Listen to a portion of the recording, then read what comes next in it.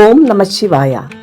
ശിവമാർഗത്തിലെ 108 ശിവക്ഷേത്രങ്ങളിലൂടെയുള്ള യാത്രയിൽ ഇന്ന് ഞങ്ങൾ എത്തിച്ചേർന്നിരിക്കുന്നത് തിരുവനന്തപുരം നഗരത്തിലെ ശാന്തമായ കുടപ്പനക്കുന്നിലാണ്. ഇവിടെ നിബിഡമായ പച്ചപ്പിനുള്ളിൽ പ്രകൃതിയോട് ലയിച്ചു നിൽക്കുന്ന കുന്നപ്പുറം കുന്നത്ത് മഹാദേവ ക്ഷേത്രം ഞങ്ങളെ കാത്തിരിക്കുന്നു. മറ്റു ക്ഷേത്രങ്ങളിൽ നിന്നും വ്യത്യസ്തമായി ഈ പുണ്യഭൂമിയിലേക്ക് നമ്മൾക്ക് നടന്നു ചെല്ലേണ്ടതുണ്ട്. മനോഹരമായ കൽപ്പടവുകൾ ഞങ്ങളെ കുന്നിൻ മുകളിലേക്ക് ക്ഷണിക്കുന്നു. ഈ യാത്രയിൽ പ്രകൃതിയുടെ മനോഹാരിത ആസ്വദിക്കുന്നത് തന്നെ ഒരു അനുഗ്രഹമാണ്.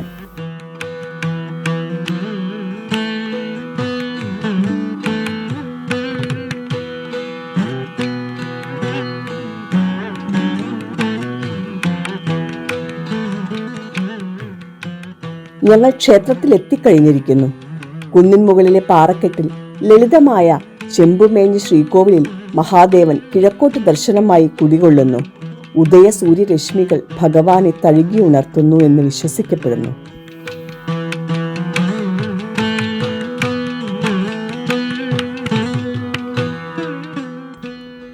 ഈ സ്ഥലത്തിന് കുടപ്പനക്കുന്ന് എന്ന് പേര് വരാൻ കാരണം പണ്ടിവിടെ ധാരാളമായി കുടപ്പനകളും മറ്റു വൻ വൃക്ഷങ്ങളും വളർന്നു നിന്നിരുന്നതിനാലാണ്.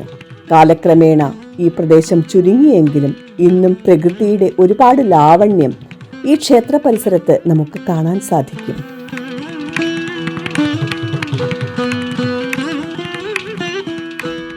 ശ്രീകോവിലിന്റെ ഉൾവശം വളരെ വൃത്തിയുള്ളതും ശാന്തവുമാണ്. കരിങ്കല്ലു പാകിയതാണ് തിരുമുറ്റം. ഇവിടെ ദിവസവും 3 പൂജകളും മറ്റു ക്ഷേത്ര ചടങ്ങുകളും മുടങ്ങാതെ നടക്കുന്നു.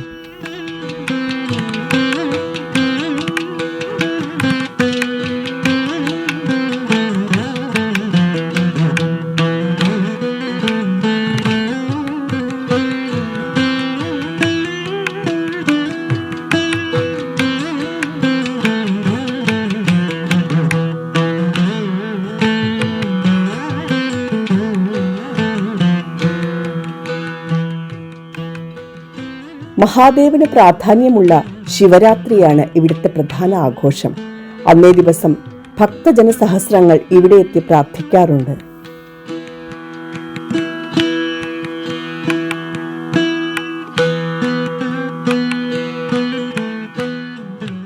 ഈ ക്ഷേത്രത്തിലെ ഉപദേവൻ ഗണപതിയാണ്. മറ്റു ഉപദേവതകൾ ഇവിടെ ഇല്ല എന്നത് ഈ ക്ഷേത്രത്തിന്റെ ഒരു പ്രത്യേകതയാണ്.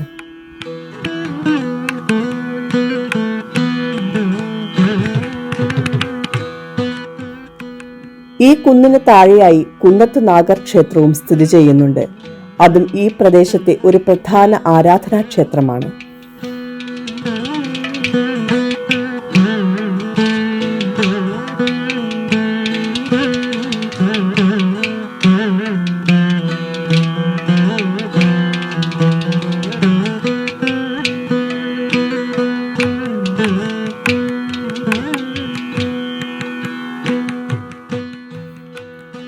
കുന്നിൻ മുകളിലെ ഈ കുന്നത്ത് മഹാദേവ ക്ഷേത്രം തികച്ചും ശാന്തവും പ്രകൃതിയുമായി ഇഴചേർന്ന് നിൽക്കുന്നതുമായ ഒരു അനുഭവമാണ് നൽകുന്നത്.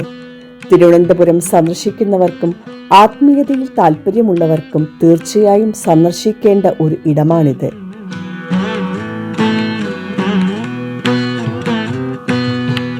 ശംഭോ